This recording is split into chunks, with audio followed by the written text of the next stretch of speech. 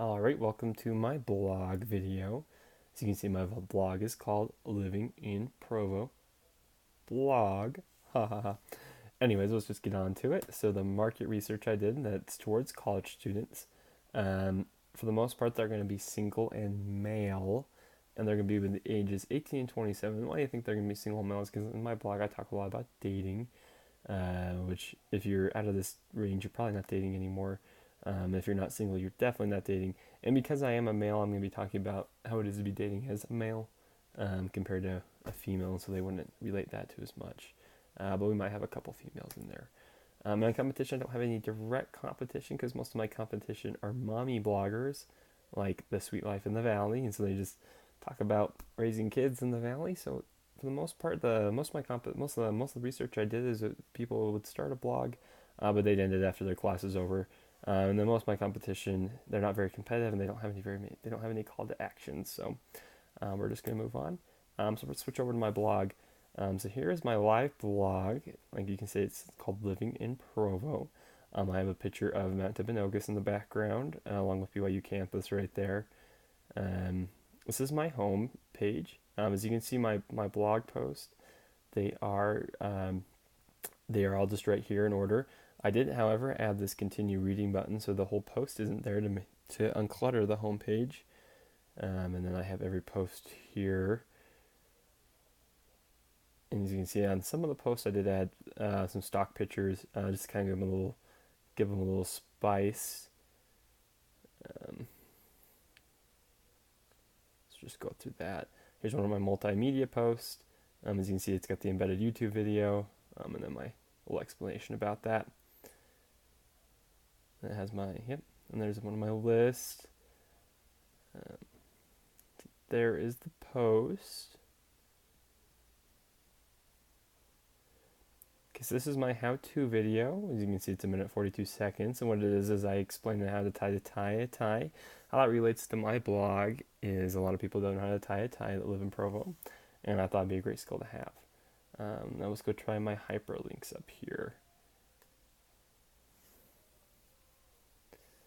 So this is my contact page. As you can see, it has just everything normal contact page has. It has your name, email, and of course it's already filled mine out because I am logged into WordPress. But normally it would not fill that out, and you would have to fill in your own information. You put your email, and then it would contact me via there. My About Me page has my About Me video. I'm looking at YouTube picked a really nice spot to, put me there, because YouTube's nice like that, I guess. What's cool about this template I picked, though, is it does have these share buttons at the bottom, so if anyone wants to share any of my blogs or anything like that, they can do that easily. But that's my About Me video. It's 1 minute 30 seconds long. And then you have my FAQ page. Okay, as you can see from my FAQ page, this is where I changed the font colors. I changed this to this red. That was quite an interesting task, but I got that done. There, you take a look at that for me. Perfect. All right, and then we'll go back to home. We'll show you a couple posts. So here's one of my sectional posts. Talk about BYU housing. Like I said, I put that picture there just to kind of help. And once you click the see more, you can see the rest of it. That's the only way that right now that I have to find the posts, though. In the future, maybe I'll add a post tab to the top once there gets to be more. So let's go talk about my widgets now. So I have this search bar, and it does work. So let me just show you an example of that. If you type all, it'll bring up Don't Be a Provo All-Star, which is one of my posts I have. And people can find my posts nice and easy that way. They also have our follow us button, and I guess us should be me. I should go and change that, but I'll do that a little later.